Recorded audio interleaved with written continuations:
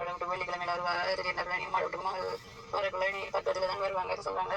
அப்போ இவன் வந்து நிறைய ஆம்பளோட ஃபோன் பேசி செஞ்சு எழுந்திரிக்க. அப்போ பேசக்கூட நான் சொன்னேன், ஆம்பளெல்லாம் பேசாத பிள்ளை இவ்வளவு நம்ம நடக்குது பேசாத செய்யாதுன்னு சொல்லி போட்டு இப்போ கேட்கறதுனா அப்போ இவ பேசிருக்கா. அதுக்கப்புறம் இப்போ எனக்கு நான் இந்த 17 நான் நாட்டுக்கு வந்தேன். அப்போ அந்த வார மாதிரி பின் எல்லாரும் வெள்ளிக்கிழமையில எல்லாரும் கொண்டு கூட சில பவல் இவ பார்த்துட்டு கேட்குறேன், என்ன ஒன்று வயிறு பெருசாரிக்குது, வயிற்றுக்கு என்ன பேபியா இருக்கு அப்படின்னு சொல்லி கேட்குறேன். இவ சொல்றேன் எனக்கு கேஸ்டி, அதனால வயிறு ஊதிரிக்கு. அப்போ எனக்கும் இது என்ன பிரச்சனைன்னு சொல்லி தெரியாதுண்ணா. அப்போ இப்போ எனக்கு எங்களை கிளவிட மகன் டவுட்ல இருந்து பில்பினி உண்டு. அவன் பில்பினிக்கு போயிட்டால் நான் வரது 2 நாளைக்கு இருந்தது. இன்னைக்கு நேற்று மெசேஜ் போட்டால் இப்படி அந்த பிள்ளை கிடைச்சி என் பிள்ளை கிடைக்க அந்த இது பாத்ரூமில் வச்சு பிள்ளையோட வாய்க்கில் டிசு நம்ம ஊற்றி பிள்ளைய மௌத்தாக்கி பாத்ரூமில் போட்டுட்டு இவ 2-3 நாள் இவட ரூம்லேயே வருத்தம் சொல்லி படுத்திரிக்கா. அப்போ படுக்க பொம்பளை 4 மணிக்கு நான் போய் பார்த்து செஞ்ச பிள்ளை மௌத்தாக்கி போட்டீங்க. அதுக்கப்புறம் செஞ்சு பொலிசிக்கெல்லாம் கொண்டு போனேன் நான் சொல்லி போடுவேன். எனக்கு நேற்று இங்கே செல்ல மாதிரி டைம் தானே அவள் கால் பண்ணி சொன்னால அவட்ட பொம்பளை அவளுக்கு கால் பண்ணி சொன்னேன் இப்படின்னு சொல்லி உனக்கு தெரியான்னு சொல்லி கேட்டேன். நான் எனக்கு தெரியான்னு சொல்லி போடும். அப்போ அதுக்கப்புறம் நான் அந்த பிள்ளையோட ஃபோனுக்கு கால் எடுத்து ஃபோன் ஆன்லைனில் சொல்லி கேட்போம் கால் எடுத்து மெசேஜ்லாம் போட்டேன்டா, என்ன சுகமாக இருக்கீங்களா என்ன அப்படின்னு சொல்லி தான் நான் போட்டேன். வேறு ஒன்று கேட்கவும் இல்லை இதுவும் இல்லை, அப்படி தான் போட்டேன் நான். அப்போ அதுக்கப்புறம் இப்போ இரவு அவங்களோட உமாக்கள் எனக்கு கால் எடுத்தாங்க. அவங்க நம்பர் இருந்து கால் எடுத்தாங்க.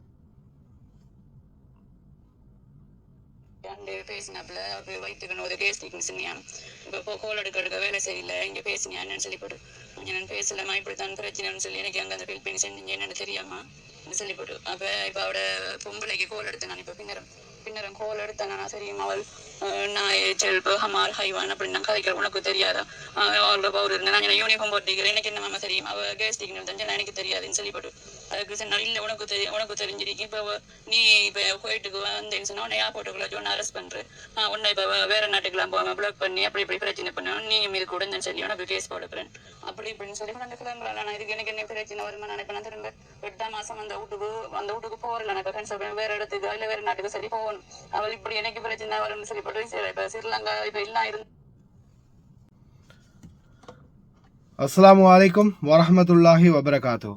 அன்பார்ந்த அனைத்து உறவுகளுக்கும் இனிய மதிய வணக்கம். வாய்ஸ் மெசேஜை கேட்டிருப்பீங்கள்ல. இந்த சம்பவம் வந்து இப்போ நடந்து கிட்டத்தட்ட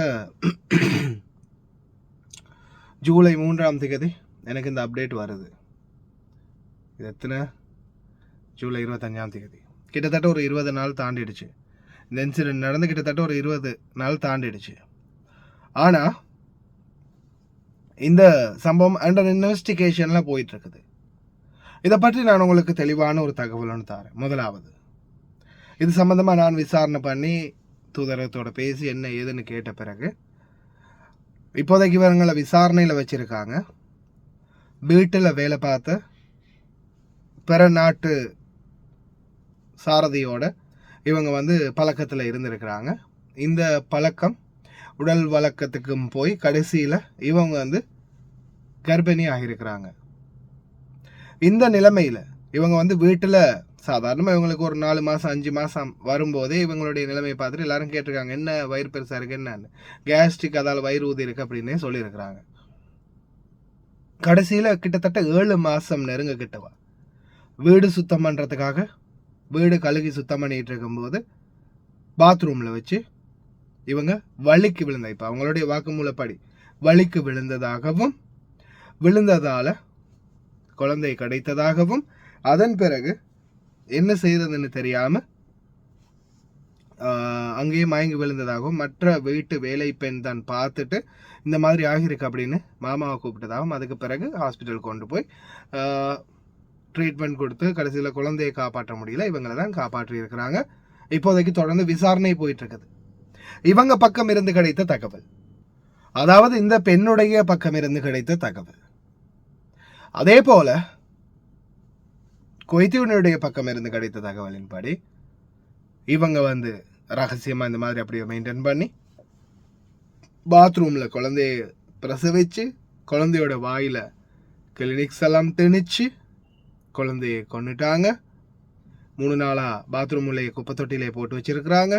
இவங்களும் வெளியில் வரல, சுகமில்லை, ரூமுக்குள்ளே இருந்திருக்கிறாங்க. என்ன ஏதுன்னு தேடி வந்து பார்க்கும்போது நாற்றம் அடிக்க பாத்ரூமெல்லாம் திறந்து செக் பண்ணி பார்க்கும்போது குழந்தையோட சடலம் இருந்திருக்கு. உடனே போலீஸுக்கு கால் பண்ணி இவங்களையும் குழந்தையோட சடலத்தையும் மீட்டு போலீஸார் வந்து கொண்டு போனதா குவைத்தி பக்கம் இருந்து தகவல் சொல்லியிருக்கிறாங்க. எது எப்படியோ இவங்க தவறான அவங்களோட பழக்கத்தால் குழந்தை உருவாகினது உண்மை, பிறந்தது உண்மை, இறந்தது உண்மை. இப்போ இதில் இன்னொரு முக்கியமான விடயத்தை நல்லா நோட் பண்ணுங்க. இவங்க இடையில சொன்னாங்களே அந்த வாய்ஸ் காட்,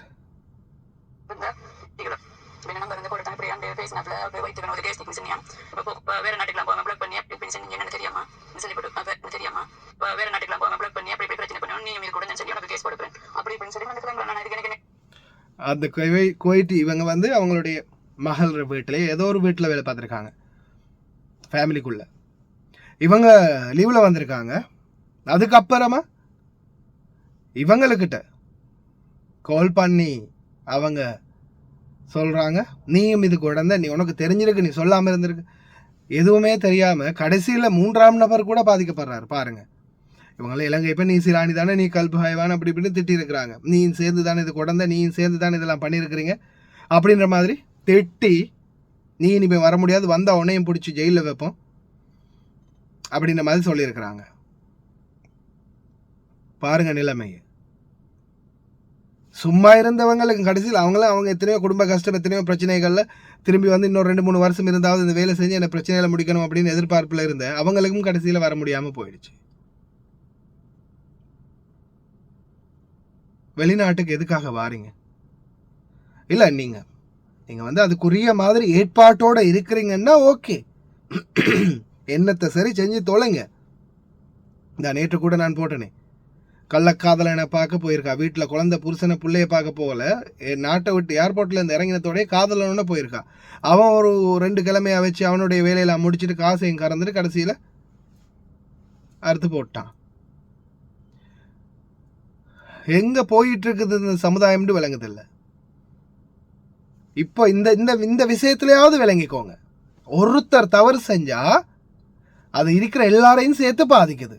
இப்போ இதே இன்னும் 10 பேர் அந்த வீட்டில் சிலானி இருந்தாலும் மொத்த பேரையும் சேர்த்து அவங்க சொல்லியிருப்பாங்க, இவங்க எல்லாருக்கும் தெரிஞ்சிருக்கும் இவங்க மறைக்கிறாங்க அவங்க நாட்டுக்காரி அப்படின்றதால அப்படின்னு. பாருங்க, கடைசியில் இத்தனை வருஷமாக நல்லா வேலை செஞ்சுட்டு இந்த பெண்ணுக்கு கூட கடைசியில் போக முடியாத நிலைமை. ஏன் இந்த மாதிரியான ஒரு கேவலமான சிந்தனை? அடுத்தது, நீங்கள் அந்த வீடுகளில் உள்ள வேலை செஞ்சுக்கிட்டு இருக்கிறீங்கன்னா அந்த அதுக்குரிய கண்ணியத்தை கொடுங்க. வெளியில் தப்பி ஓடி கூட இன்றைக்கி நிறைய பேர் நல்லபடியாக ஒழுக்கமாக தான் இருக்கிறாங்க, ஒரு சிலர்கள் கெட்டு சீரழிஞ்சு போனதுக்கு. ஆனால் அதுக்காக வெளியில் தப்பி போய் இதையே பண்ணுங்கன்னு சொல்லலை. ஆனால் கொஞ்சமாவது சிந்திச்சு செயல்படுங்க அன்பார்ந்த சகோதர சகோதரிகளே. அதே மாதிரி டிரைவர்கள், தயவு செய்து வீடுகளில், நீங்கள் இருக்கக்கூடிய வீடுகளில், அதே மாதிரி இன்னொரு வீடுகளாக இருந்தாலும் சரி, பணிப்பெண்கள் விஷயத்தில் இடையே ரொம்ப கவனமாக இருங்கடா. உங்களுக்கு ஒரு பிரச்சனையும் இல்லை, நீங்கள் முடிச்சுட்டு போயிடுவீங்க. பாதிக்கப்பட போகிறது அந்த பெண்கள் தான். சிந்திச்சு செயல்படுங்க. ஆனால் அந்த நபர் கடைசியில் அந்த நபர் நாட்டுக்கு போயிட்டார். பாதிக்கப்பட்ட இந்த பெண், அந்த நபர் நாட்டுக்கு லீவில் போயிருக்கிறாரு. ஆனால் லீவில் போனதில் டைமில் தான் இந்த சம்பவம் நடந்திருக்கு. இப்போ இந்த டைம் ஸ்கூல் லீவ் டைமில், இந்த டைமில் லீவில் அவரும் போயிருக்கிறார், இந்த டைமில் தான் இதுவும் நடந்திருக்குது. இப்போ அவரும் திருப்பி எப்படியுமே அவருக்கு தகவல் போயிருக்கும் இல்லையா, அதனால் ஏதோ அவர் இங்கே வந்தால் எப்படியுமே ஜெயிலில் தூக்கி போட்டுருவாங்க. அவர் எப்படியும் வரப்போகிறது இல்லை, பக்கத்து நாட்டவர், அவர் எப்படியும் வரப்போகிறது இல்லை. இவங்க என்ன நடக்க போகுதுன்னு தெரியலை. இப்போதைக்கு முடிஞ்ச அளவு போராட்டம் நடந்துக்கிட்டு இருக்குது. தூதரகமும் ஏதாவது வழியில் போராடிட்டு இருக்கிறாங்க வெளியில் எடுக்கிறதுக்கு. அவங்களுடைய தாய் தந்தையர்களும் என்னோட பேசினாங்க. பேரோ ஊரோ ஃபோட்டோவோ நான் குறிப்பிடலை. இதை யாரும் தயவு செய்து கிளறவானா. இதில் உள்ள படிப்பினைகளை எடுத்துக்கோங்க, அவ்வளோதான் என்னால் சொல்ல முடியும். சிந்தித்து செயல்படுங்க. ஒவ்வொரு வீடுகள்லையும் வேலை செய்யக்கூடிய தொழிலாளர்கள், சந்தர்ப்பம் சூழ்நிலை ஒவ்வொருத்தரையும் குற்றவாளியாகவும் தவறானவங்களாகவும் மாற்றும். ஆனால் நம்ம தான் சிந்திக்கணும். குறிப்பாக ஆண்களை, அவங்களுடைய அற்ப சுகத்துக்காக தயவு செய்து இந்த பெண்களை பலிகாட ஆக்காதீங்க. ஏன்னா நீங்கள் போயிடுவீங்க, உங்களுக்கு முடிஞ்சு, உங்களுக்கு அவ்வளோதான், உங்களுடைய பிரச்சனை முடிஞ்சிடும். பெண்களை நீங்கள் சிந்திங்க. அற்ப சுகம், அதுக்கப்புறம் அனுபவிக்க போகிறது நீங்கள் தான்.